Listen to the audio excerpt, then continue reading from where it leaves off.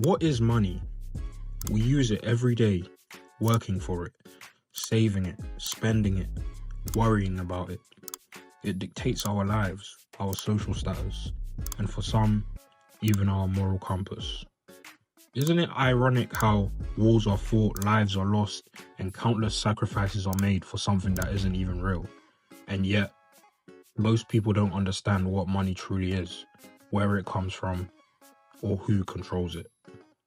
The truth is, our greatest wealth is our time and freedom, but we've been tricked into trading those invaluable assets for something we've been conditioned to believe is worth more: money. This lecture will expose the illusion of money, the scam of the monetary system, and how it enslaves us all, every single day. Money. At its core, money is a medium of exchange, a standardized tool to trade goods and services. It's also considered a store of value. But here's the catch. Money itself has no intrinsic value. The pound, the dollar, the euro, these are all fiat currencies. But what does that mean, a fiat currency? A fiat currency is money not backed by anything tangible. It's not backed by gold or silver. It only has value because we collectively agree that it does. It's an idea, it's an illusion.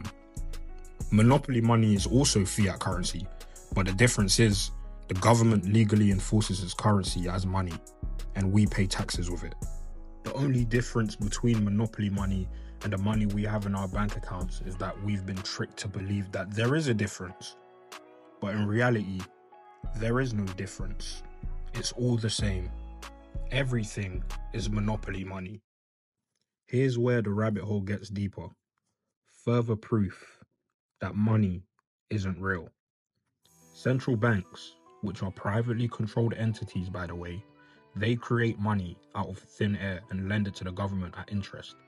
They don't lend money that's already in existence. They invent it. They invent new money. They print new money. This is the biggest scam in human history, and it's happening in almost every country worldwide.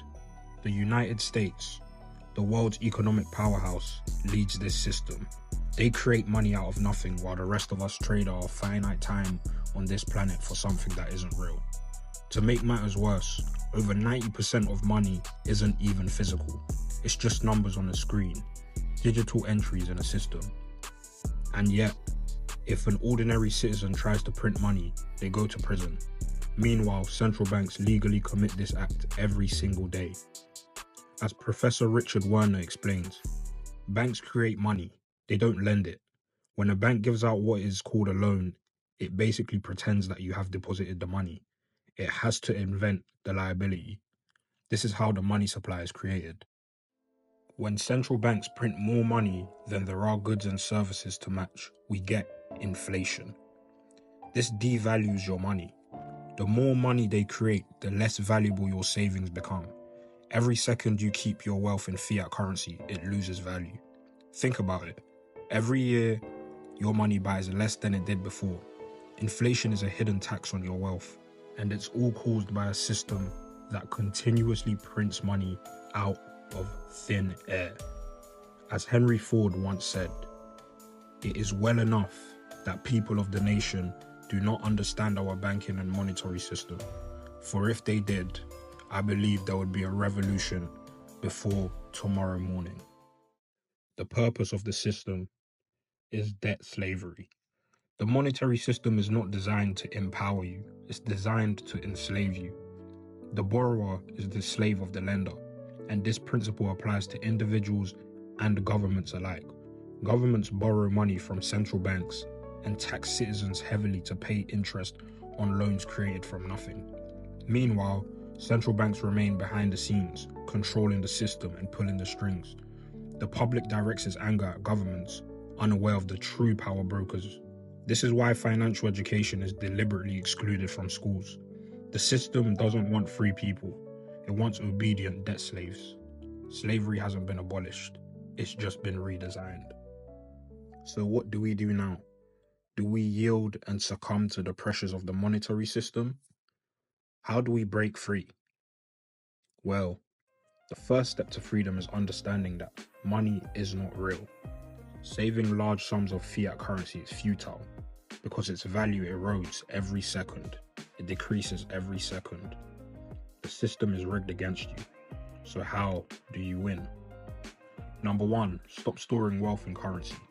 Holding cash or savings in fiat currency is a losing game because every second you hold it in there, the value decreases.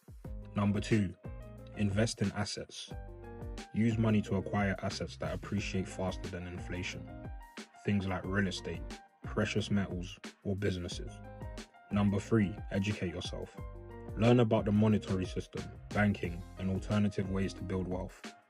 Knowledge is the key to emancipation.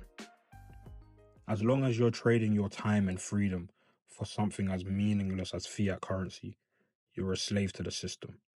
The moment you realize this is the moment you begin to reclaim your power. The illusion of freedom. The monetary system is a scam, a well-designed illusion that keeps the masses enslaved. But you don't have to play their game. By understanding the truth and taking steps to protect your wealth, you can break free from the cycle of debt and dependence. Remember, the first step to emancipation is recognizing the chains. And those chains, they're made of paper and numbers on a screen. Money isn't real, but your time, freedom, and choices are, so choose wisely. This information is deliberately kept from the public, suppressed, because it threatens the very foundation of the system. If you found value in this message, don't let it stop with you. Please share this video with your family, friends, and anyone you care about. Share the video, like the video, subscribe to the channel, and thanks for watching.